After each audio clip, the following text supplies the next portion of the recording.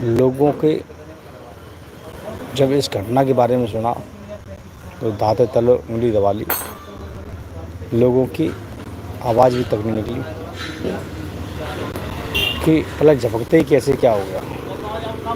मात्र 30 सेकंड के अंदर उन 241 लोगों की ज़िंदगी चली गई।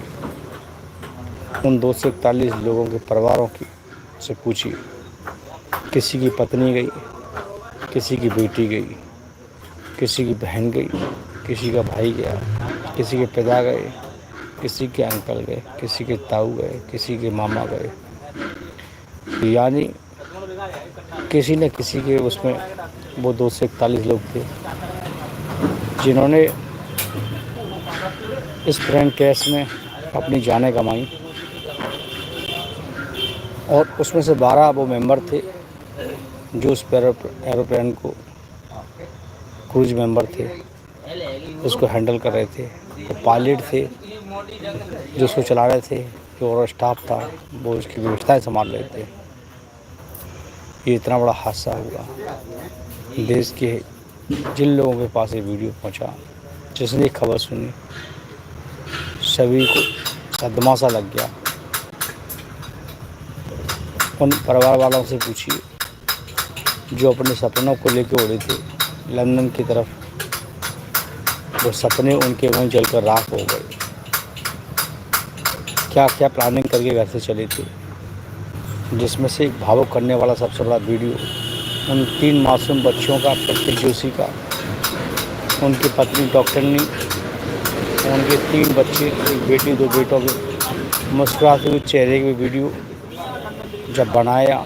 एक सीट पे माता पिता बैठे और एक सीट पे बच्चे तीनों बड़े खुश हो रहे जब एरोप्लेन में बैठने का मौका मिला। तो बच्चों का वीडियो बनाकर प्रतीक जोशी ने इसको शेयर किया। वही देखकर सोशल मीडिया पे वायरल हुआ। उस वीडियो को जब भी देखते हैं तो वीडियो हृदय तक छू जाता है। उनके दादाजी थे, रात को पैकिंग कराई, रात में बच्चे साथ रहे बाबा के, करीब 8-10 बैग पैक करके पहुंचाए, चल दिए, निकल गए।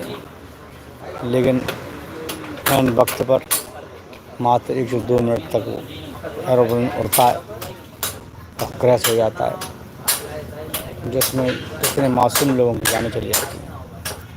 साथ में जिस हॉस्टल पर ये एरोप्लेन गिरता है उस हॉस्टल में 1:38 पर वहाँ लंच चल रहा था। मेडिकल के स्टूडेंट थे जो डॉक्टर बनने की तैयारी कर रहे थे।